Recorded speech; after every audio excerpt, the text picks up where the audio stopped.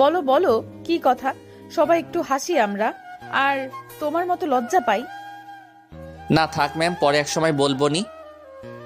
আচ্ছা, এতই যখন শরম পাচ্ছ, তাহলে পরেই বলো কেমন? ধন্যবাদ ম্যাম। আপনি? ধন্যবাদ দিলে হবে না, এখানে এসে ডান্স করতে হবে। কি বলেন ম্যাডাম, আমি ডান্স করব? হ্যাঁ অবশ্যই। তোমাদের পিকনিক, আমরা নাচ করব নাকি? না করলে হয় না ম্যাম। বলেছি যখন, তখন করতেই হবে। মাহিন স্টেজে নাচতে লাগলো, তখনই একটা মেয়ের দিকে নজর পড়ল। স্যার ম্যাডামদের মাঝেই বসেছিল মেয়েটা। মেয়েটাকে দেখে সমবয়সী মনে হচ্ছিল। কাজল কালো নয়নগুলো মাহিনকে ঘায়েল করছিল, আর ও মুগ্ধ নয়নে চেয়েছিল মেয়েটার দিকে। নীল শাড়ি পরেছে, সেই সাথে কালো কাজল আর নীল চুড়ি, যেন বসন্ত এসে গেছে। মাহিন মেয়েটাকে ইশারা করে নাচছিল। মাহিনের কাণ্ড দেখে সবাই তাকিয়ে দেখছিল যে কার দিকে ইশারা করছে, কারণ মাহিন এসব করে না কোনো দিন। মেয়েটা কিছুটা অবাক হলেও হাসতে লাগলো, আর মাহিন স্টেজ থেকে নেমে মেয়েটির দিকে এগিয়ে গেল এবং মেয়েটির হাত ধরে একটা টান দিল। মেয়েটি বসা থেকে উঠে দাঁড়ালো এবং সোজা বুকে এসে পড়ল। মেয়েটির কোমরে হাত দিয়ে টান দিল মাহিন, এবং আরো যেন হার্টবিট শোনা যাচ্ছিল। মাহিন, এগুলো কি করছো কি মাহিন? ম্যাডামের কোনো কথা মাহিনের কানে যাচ্ছে না। প্লিজ এসব বলো না, ও তোমাদের ম্যাডাম হয়। মেয়েটা মাহিনের দিকে কেমন করে যেন তাকাচ্ছিল, আর ওর ঠোঁটগুলো কাঁপছিল। মাহিন আর কিছুই বলল না, সোজা ঠোঁটগুলো ওর ঠোঁটে ডুবিয়ে দিল। মাহিন কাঁধে কারো স্পর্শ পেয়ে হোশে ফিরল। মেয়েটাকে ছেড়ে দিয়ে যেই তাকালো, গালে কতগুলো পড়লো, মানে থাপ্পড়। থাপ্পড়গুলো ম্যাম দিয়েছে, আর ম্যাডামের দিকে তাকিয়ে বুঝতে পারল যে ম্যাম প্রচণ্ড রেগে আছে। মাহিন মাথা নিচে দিয়ে দাঁড়িয়েছিল, আসলে হুঁশ হারিয়ে ফেলেছিল তখন। হাতটা ছাড়ো ওর। মাহিন এতক্ষণ খেয়াল করেনি যে ওর হাত ধরে রেখেছে। ম্যামের কথায় হাতটা ছেড়ে দিল। কলেজের সবার মুখে একই কথা, মাহিন এটা কিভাবে করলো? কারণ মাহিনের জন্য মেয়েরা হাত পর্যন্ত কাটে। মাহিন, এটা আশা করিনি। আর তুমি তো এমন না, বলো কেন করলে? ম্যাম, মাপ চাওয়ার মতো মুখ রাখিনি, তবে কিভাবে কি করলাম আমি জানি না। কিভাবে মানে? তুমি নিজে এসে করেছো কাজটা, তাও তোমার ম্যামের সাথে। ম্যাম মানে? উনি আমাদের ম্যাম। হ্যাঁ ম্যাম। আর মাহিন, তোমাকে এই মুহূর্তে এই কলেজ থেকে এক্সপেল করা হলো। আচ্ছা ম্যাম। তবুও পাত্তা পায় না। মাহিন বেরিয়ে যাচ্ছে পিকনিক স্পট থেকে, কাঁধে ব্যাগ নিয়ে। সেই সাথে ওর বন্ধুরাও। ম্যাম হয়তো চায়নি এই কাজটা করতে। সেই সাথে ওর বন্ধুরাও। ম্যাম হয়তো চায়নি এই কাজটা করতে, কিন্তু পরিস্থিতি বাধ্য করেছে। গেটে ম্যাম এসে মাহিনকে দাঁড় করালো। মাহিন, তুমি কেন এই কাজটা করলে এভাবে? তুমি যদি আমার মেয়েকে পছন্দই করতে, তাহলে আমাকে পার্সোনালি বলতে পারতে, আমি নিজ হাতে তোমাদের বিয়ে দিতাম। কেন করলে মাহিন? কেন নিজের জীবনটা নষ্ট করলে? মাহিন মাথা নিচু করে চলে এলো। বাড়িতে ফেরার পরে গেট দিয়ে ঢোকার পরেই মাহিনের আম্মু থাপ্পড় বসালো কয়েকটা। ও অবাক হয়ে আম্মুর পানে চেয়ে রইল। আম্মু, কি হলো, হঠাৎ আমাকে মারলে যে? বেয়াদব, মান সম্মান তো রাখলি না। আমি কোনোদিন এই জিনিস তোর থেকে আশা করিনি। তাহলে খবর পৌঁছে গেছে? পৌঁছাবে না। কলেজের প্রিন্সিপাল তোর আব্বুকে ফোন দিয়েছিল, রেগে আছে হয়তো, বাড়ি থেকেই বের করে দিবে। আম্মু, আমার বিশেষ কিছু বলার নেই, কারণ দোষটা আমারই, আর এজন্য আমার উপযুক্ত শাস্তি পাওয়া উচিত। কি রে, কখন আসলি মাহিন? এই তো মাত্র আসলাম আব্বু। তো কি কাজ হাসিল করে এসেছিস? আব্বু, আমি কি করতে কি করেছি আমি জানি না, সবটা হঠাৎ করে হয়ে গেল আমার অজান্তেই। মেয়েটাকে পছন্দ তোর না আবেগের বশে করেছিস? আব্বু, তোমার ছেলে আবেগে আত্মহারা না, সেটা জানো। সোজা সাপটা উত্তর দিবি, কথা ঘোরালে থাপড়ে দাঁত খুলে ফেলবো। হ্যাঁ আব্বু, প্রথম থেকে পছন্দ করে ফেলেছি। আচ্ছা, কাল থেকে কলেজে যাবি, আমি দেখছি কি করা যায়। আর মনে কোনো অপরাধবোধ রাখবি না। কি হলো কি আবার তোমার? ছেলেটাকে এভাবে ছেড়ে দিলি কেন? তুমি বুঝবে না, এগুলো ছেলেদের ব্যাপার স্যাপার। মাহিন ওর আব্বুর ব্যবহারে একেবারে অবাক হয়ে গেছে, কারণ আব্বু প্রচণ্ড জেদি আর আব্বুই ওকে সবচেয়ে বেশি শাসন করে থাকে। কিন্তু সেই আব্বুই আজকে ওর মন বুঝতে পারল না। একেই হয়তো বলে বাবা। কিন্তু ওর আব্বু কেন বলল যে কাল থেকে কলেজে যেতে? উনি জানেন না মনে হয় যে মাহিনকে টিসি দেওয়া হয়েছে? আব্বু, একটা কথা ছিল, আমাকে তো কলেজে থেকে এক্সপেল করা হয়েছে।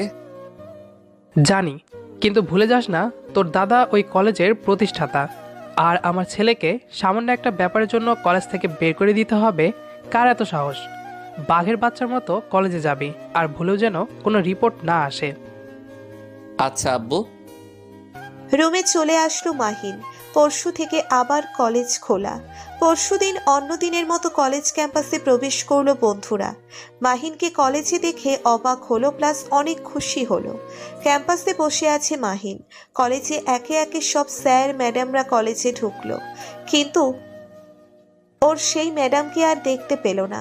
ভাবতে লাগলো যে আর সে আসবে না, তাই বেরিয়ে যেতে লাগলো। কিন্তু যে গেট পর্যন্ত পৌঁছলো তখনই দেখতে পেল একটি রিকশায় করে কে যেন আসছে। ভালো করে লক্ষ্য করতেই দেখতে পেল ওর ম্যাডাম, মানে ক্রাশ, যাকে দেখে সে নিজেকে পর্যন্ত করতে পারেনি। রিকশাটা কলেজে ঢুকলো, মাহিনও গেল, কারণ ম্যাডাম আছে যেখানে মাহিনও সেখানে। পিছনে পিছনে গিয়ে ক্লাসে গিয়ে বসলো। ক্লাসে ম্যাডাম একটু পরেই ঢুকলো এবং ক্লাস করাতে লাগলো, আর মাহিন বসে রইল ক্লাসে। ম্যাডাম কেমন করেছে মাহিনের দিকে দেখছিল। ও প্রথমে ব্যাপারটা লক্ষ্য না করলেও পরে লক্ষ্য করলো।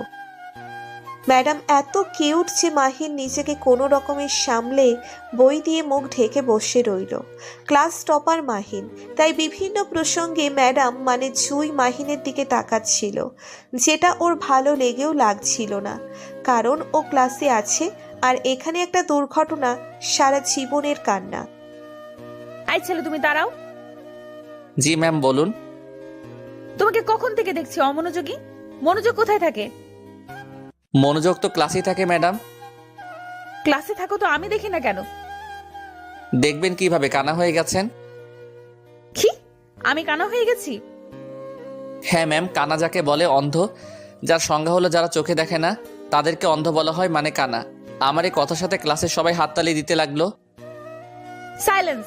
এই ছেলে, তোমার সাহস কি করে হয় আমাকে কানা বলার? তাহলে আর কি বলবো ম্যাডাম, আমি এতক্ষণ ধরে আপনার দিকে না চাইতেও তাকিয়ে আছি, আর আপনি বলেন কি না আমার মনোযোগ নাই। ম্যাডাম, এত মনোযোগী হলে বাসায় বউ তো না খেয়ে থাকবে। এবারও ক্লাসের সবাই হাসতে লাগলো। জুই এবার নিজের জালে নিজেই ফেসে গেছে, তাই আর কিছু বলল না। মাহিন ক্লাস শেষ করে বাসায় ঢুকতেই আপু ঠাস ঠাস করে কয়েকটা থাপ্পড় দিল, কিছুই বুঝতে পারল না। আব্বু, কি হলো, তুমি হঠাৎ আমায় মারলে যে? তোকে আমি বলেছিলাম কলেজে গিয়ে ভালো হয়ে থাকবি, কোনো কিছু না করতে। যদি কিছু লাগে তাহলে আমাকে বলবি। আর তুই কি না আজকে ক্লাসে সবার সামনে জুইকে প্রপোজ করেছিস? একথা শুনে স্টার জলসার বাংলা সিনেমার মতো মাহিনের আকাশে বিদ্যুৎ চমকাতে লাগলো, আর চোখে অটোমেটিক জল চলে আসলো। যেই আব্বুর মান সম্মান রাখার জন্য ম্যাডামের দিকে ঠিকমতো তাকালো না, আর সেই ম্যাডাম কিনা ওর নামে এগুলো বানিয়ে বলেছে। তোর আর কলেজে যাওয়া লাগবে না, তোর জন্য মেয়ে দেখে তোকে বিয়ে দিয়ে দিব। আব্বু, আমার পরীক্ষাটা? পরীক্ষার সময় গিয়ে খালি পরীক্ষাটা দিয়ে আসবি। আচ্ছা আব্বু।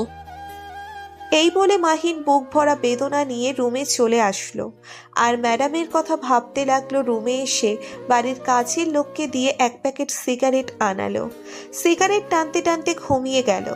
সকালে আজকে আর কলেজে যাবে না, কারণ কলেজে গেলে আব্বু বকবে। আব্বুর বকা খেতে চায় না, তাই কলেজে না গিয়ে বন্ধুদের সাথে আড্ডায় গেল। আড্ডা দিতে গিয়ে রাত হয়ে গেল।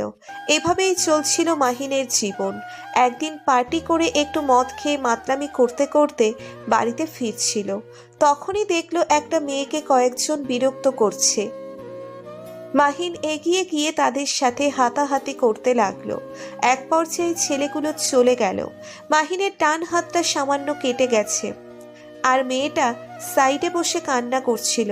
মেয়েটাকে বসা থেকে দাঁড় করাতেই যা দেখতে পেল তা দেখে ওর আকাশ কালো হয়ে বাংলা সিনেমার মতো বিদ্যুৎ চমকাতে লাগলো, কারণ এটি কলেজের যেই কম বয়সী ম্যাম। মাহিনের জেদে হাত পা গরম হয়ে যাচ্ছিল।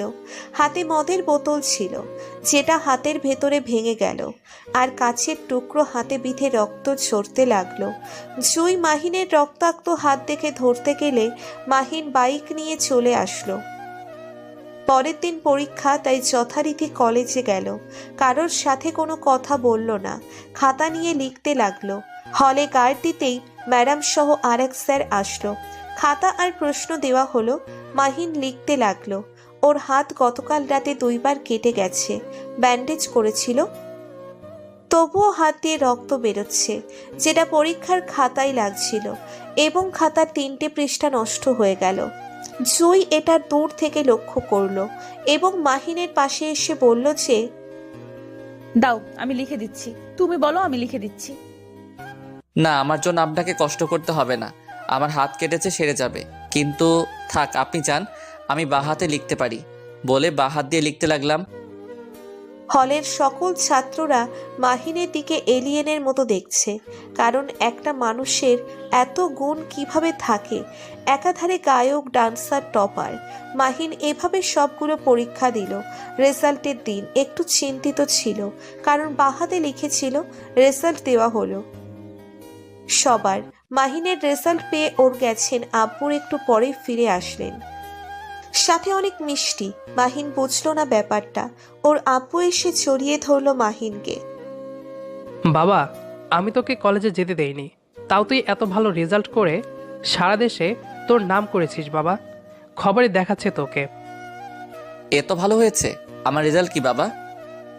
তুই আমাদের বোর্ডের ভিতরে প্রথম হয়েছিস, আর তোর রেজাল্ট সরাসরি শিক্ষামন্ত্রী তোর হাতে তুলে দেবেন। কাঁদিস না বাবা, তোর খুশির দিন আজকে। কলেজের প্রধান সংবর্ধনা জানাতে আসলেন মাহিনকে, এবং সারা কলেজে ব্যাপী সাফল্য উপলক্ষে অনুষ্ঠানের আয়োজন করা হলো। কলেজের অনুষ্ঠানে জুই মাহিনের দিকে বারবার তাকাচ্ছিল, আর কিছু বলতে চাইছিল, কিন্তু পাত্তা দিচ্ছিল না। ওর চোখে অনুতাপ দেখে মাহিন খানিকটাও বিচলিত হলো। শিক্ষামন্ত্রী এসে মাহিনকে সংবর্ধনা দিয়ে গেলেন। উনি চলে গেলে মাহিনের আব্বু আর জুয়ের আম্মু স্টেজে এসে কথা বলতে লাগলেন। আসসালামু আলাইকুম, সবাইকে শুভ সন্ধ্যা। আজকে একটা বিষয়ে কথা বলার জন্য আমি স্টেজে এসেছি। সেটা হলো মাহিন আর জুয়ের ব্যাপার নিয়ে। মাহিন আর জুই দুজনেই অবাক হলো। ওদের নাম শুনে দুজনে দুজনের দিকে তাকালো। হ্যাঁ, ওদের বিষয়ে বলতে এসেছি। ওই দিনের সেই ঘটনার সাক্ষী অনেকেই, আর সেটার সংশোধন করতেই আমাদের এখানে আসা। আমি মাহিনের আব্বুকে বলেছিলাম যে আপনার ছেলে কলেজ টপার হলেও বিগড়ে যাচ্ছে, আর কলেজ টপার হয়ে লাভ নেই, হলে দেশসেরা হতে হবে। তাই উনি বলেছিলেন আমার ছেলে দেশসেরাই হবে, আর আপনি নিজে তখন আপনার মেয়েকে আমার ছেলের হাতে তুলে দিবেন। হ্যাঁ, আমি হেরে গেছি, আর আমি খুশি যে আমি হেরে গেছি, কারণ এই হারেই আমার জিত। বাবা মাহিন একটু স্টেজে আসবে। মাহিন স্টেজে গেল। ও যাওয়ার পর উনি জুইকে ডাকলেন। রোদ, তোমার সাব্বিরকে বিয়ে করতে কোনো আপত্তি আছে? ম্যাডাম, এটা কিভাবে হয়? উনি আমার ম্যাডাম, আর শত হলেও সিনিয়র বলে কথা। ওর আব্বু একথা শুনে স্টেজেই ওর কান টেনে ধরলেন।